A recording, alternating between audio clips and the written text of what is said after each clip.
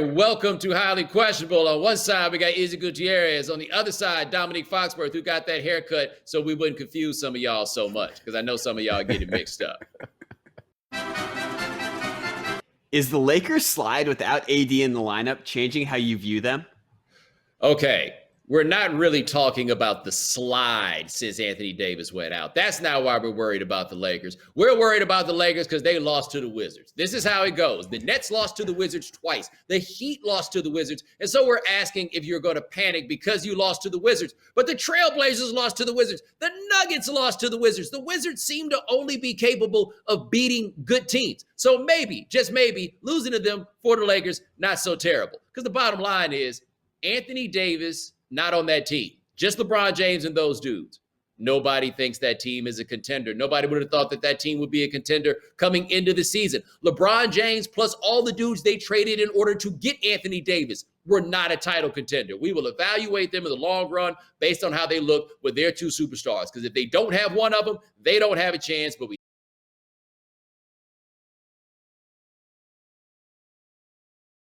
take the best player, arguably one of the top two players on any team off, then that team is going to be pretty terrible in that situation. It won't be the same. This is nothing to worry about. I would be concerned if this wasn't the team that just won the championship last year and have the only player that I believe that I've ever seen that actually is capable of hitting a switch. And he goes into playoff dark 30 LeBron mode like it's all silly, going off of social media. Whether he actually does or doesn't, who cares? He plays different in the playoffs, and this is the regular season. He's playing too many minutes right now, extend himself more than I would expect him to necessarily, but I'm not concerned about this team based on winning or losing to the Wizards or whatever happens in the regular season. They are built for the finals. When Serena retires, I'll say maybe LeBron needs some time off. When Tom Brady stops winning Super Bowls, I'll say, hey, maybe you should probably cut his minutes like under 32. But when LeBron's telling you he doesn't need his minutes cuts, I don't think anybody should even have that discussion, okay? Because we're not talking about playing 40 minutes a night. You're talking about playing about 35 minutes a night. As it pertains to this team, what's interesting, though, is that LeBron is he's probably more of a physical presence now than he's ever been in his career, because when he gets his shoulder past you, he's just bigger, it seems like. He just keeps growing. And he needs to do more of that when Anthony Davis is gone, right? He needs to live in the post. He needs to get to the rim. But there's also a reason why he's shooting more threes than he ever has. It's because he's at this age. So it really is just about what LeBron can, or he really is willing to do when Anthony Davis is out. And that just is a matter of keeping the boat afloat, just staying, in the top 2 or 3 of the standings, because honestly, home court advantage probably isn't going to mean that much in these playoffs either. So when it comes to what LeBron's doing, I trust LeBron. Hey, you can play as many minutes as you want. As it comes to the Lakers, they've got 2 overwhelming forces, and one of them is just out. I mean, you can't assess the team with one of those forces being out, and that's not including Dennis Schroeder. He was out as well. He won't be back till Friday, so not a time to reassess them. But when you lose to Russell Westbrook, when he airballs a 1-foot layup, and when you lose to Russell Westbrook on the clincher when it's LeBron defending you on the out of bounds, then you can go ahead and pump your chest a little bit if you're the Wizards. Hold on. Can we go back to something that Izzy said? So your examples to point to were Tom Brady and Serena Williams. Have you watched them play recently? I know Tom Brady got a Super Bowl ring, but somebody needed to tell him a couple times that you ain't the Tom Brady of old. And Serena does not look like the Serena of old. We spent time yesterday on this show discussing whether it was the Naomi Osaka era. So, I think that LeBron knows his body, whatever, and he's found a way to rest throughout the regular season while he's still on the court. I give him credit for that. But you don't know these, you don't learn these things about your body until they tell you. And sometimes the way that they tell you is an injury. So his usage is top 10 in the league. His minutes are above 35 when he started this season with the lowest minutes that he's had in his entire career. I think that's the formula on a compressed schedule and a shortened season. Save LeBron for the regular or for the postseason as much as you can, especially when AD is out. And as you said yourself, it requires LeBron to spend a lot more time banging around down there in the bottom. So I don't know. I want to trust LeBron too, but sometimes you don't know what's best for yourself.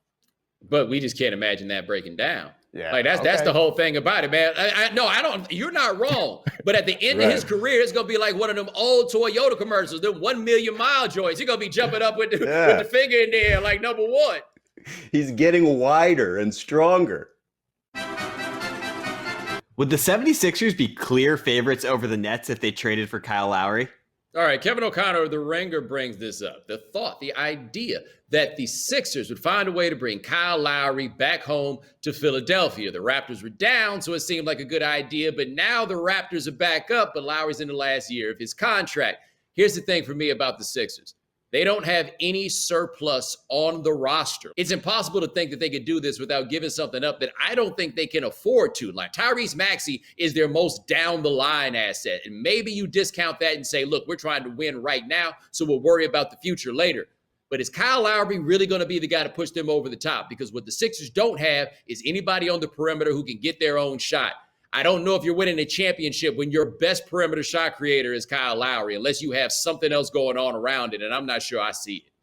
No, I think this is a move that puts the 76ers on top, if not at least competing with the Brooklyn Nets for a 1 and 1A for who's going to come out of the Eastern Conference. I mean, it seems like they're already there, but the Kyle Lowry thing, I think, would be sort of a leap. And I think if you're the Sixers, you have to look at this and say, okay, if it is indeed true that Maxey, the rookie, was part of the reason you didn't get James Harden, and you saw the Brooklyn Nets go ahead and get James Harden and now look like potential world beaters, do you now have to make that purchase? Do you now have to mortgage the future and say, all right, Maxey, we're going to go ahead and take Kyle Lowry? We know that Kyle Lowry can be a championship level starting point guard, and we know he is not a guy who searches for his shots, and he will feed Joel Embiid all that Joel Embiid needs to be fed. And that, to me, I think is what really matters here. This dude has been absolutely dominant, and there's a difference to him because as long as he stays healthy, he seems laser focused. It seems like Shaq in 2000 just wants to go get that MVP and really prove himself. So if you put a championship level point guard in there, no disrespect to Shake Milton, but Kyle Lowry is significantly better. You put him in there, I think this makes them the most balanced team and the team that's going to come out of the Eastern Conference.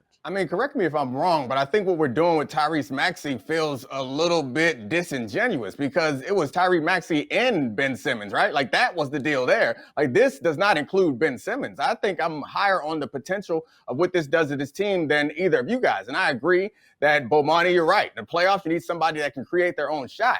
And that ain't Kyle Lowry. But Kyle Lowry is a shot maker in that he creates shots for other people. So I think having him run the point in in-game situations is obviously going to be better than Shake Milton and obviously better than Ben Simmons, a guy who can't necessarily shoot. Like, I think this gives them the flexibility that they'll need in the playoffs to be able to play different lineups, attack different teams in different ways, and not be hampered by the fact that they got a lot of non-shooters on the floor. Not that Kyle Lowry is a knockdown shooter, but Kyle Lowry is the type of guy that I believe his ability in pick and roll and his ability to shoot will help this team in those clutch situations. And I know he flops a lot, but he's a legitimate, respectable defender in those situations. So I don't understand how this isn't a huge deal for them to be able to get a player like this without giving up Ben Simmons. Because let's be clear, they were not getting James Harden for Maxey. So stop that. Now, I do think this.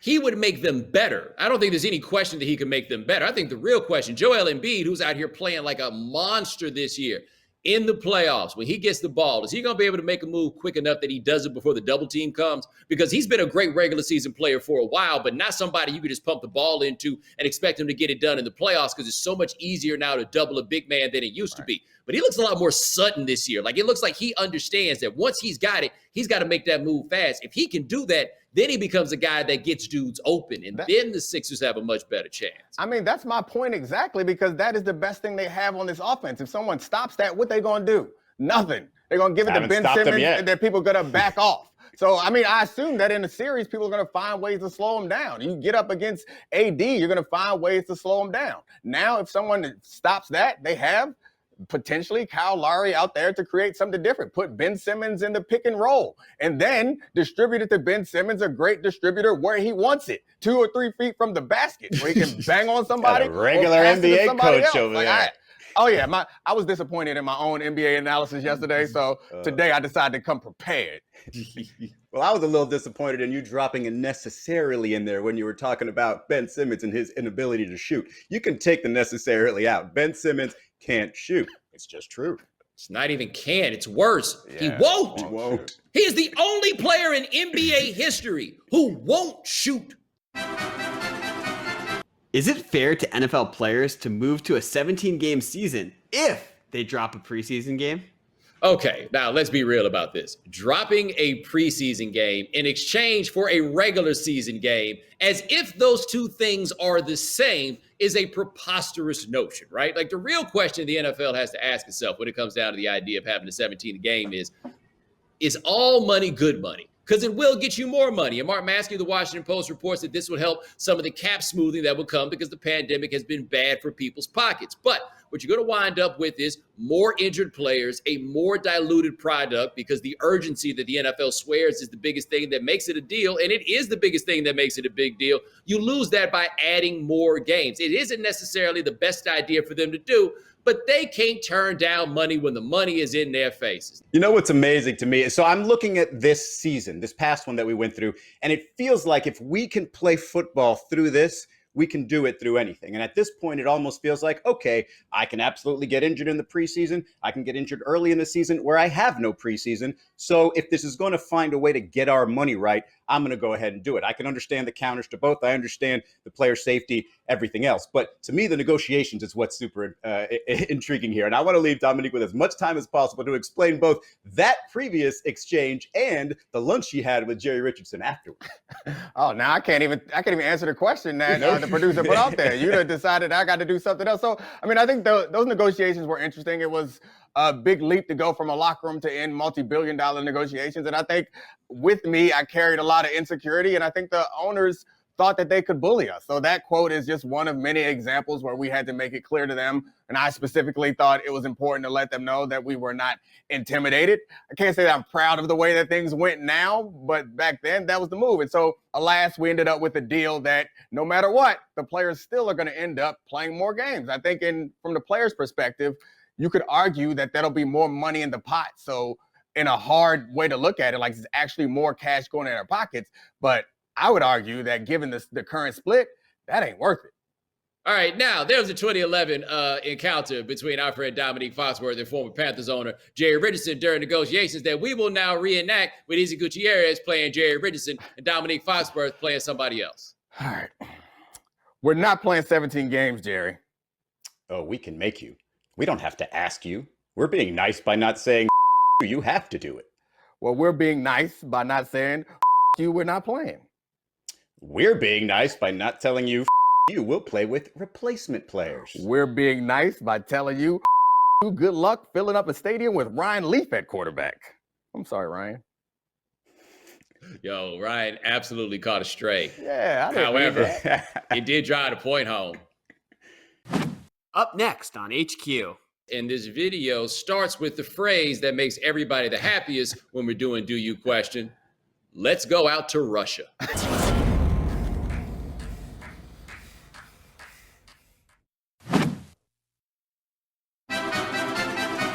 Do you question if this is making these kids better hockey players? All right, so this is a class, and this video starts with the phrase that makes everybody the happiest when we're doing Do You Question? Let's go out to Russia. Yeah. Oh. Hey. Yo. I mean, it is weird, no? Okay, so while that is the case, they don't fight with the helmets on, but it is good that they are fighting with the helmets on because children? Well, I mean, so this is a class, right? So you would presume that homework is involved. You would presume that they might be practicing like in the halls, perhaps out of uniform. Like when is it a fight and when is it, hey, I'm just doing homework for my hockey class? Did you see what happened to the yellow quarter team, at the end? Yellow team got busy, man. That got a little scary. Oh, man. No. Wow. They are not practicing. They are fighting. It's the job of the coach to prepare his players for every eventuality. And in hockey, one of those things is you might have to throw hands. So he's showing them technique. It's not just out there like, hey, be tough. He's like, you got to pull and yank and throw. Like, this seems like good coaching to me. If you don't want your kids fighting, don't let them play hockey. But it is not simulating the most important challenge of the hockey fight, though, because they are doing this on terra firma. Right now, you put them on some blades. Now we talk about something. They can put them in roller blades in there to get it done. You know what I'm saying? Do you question if Bartolo Colon is still an impressive athlete? All right, Bartolo Colon is not still in the league. at least not like the major leagues, but he's playing ball in Mexico. He got a contract there. This clip, however, is from the Dominican Republic. Yeah, man, these dudes love baseball. And wow, he looks slim. Does he?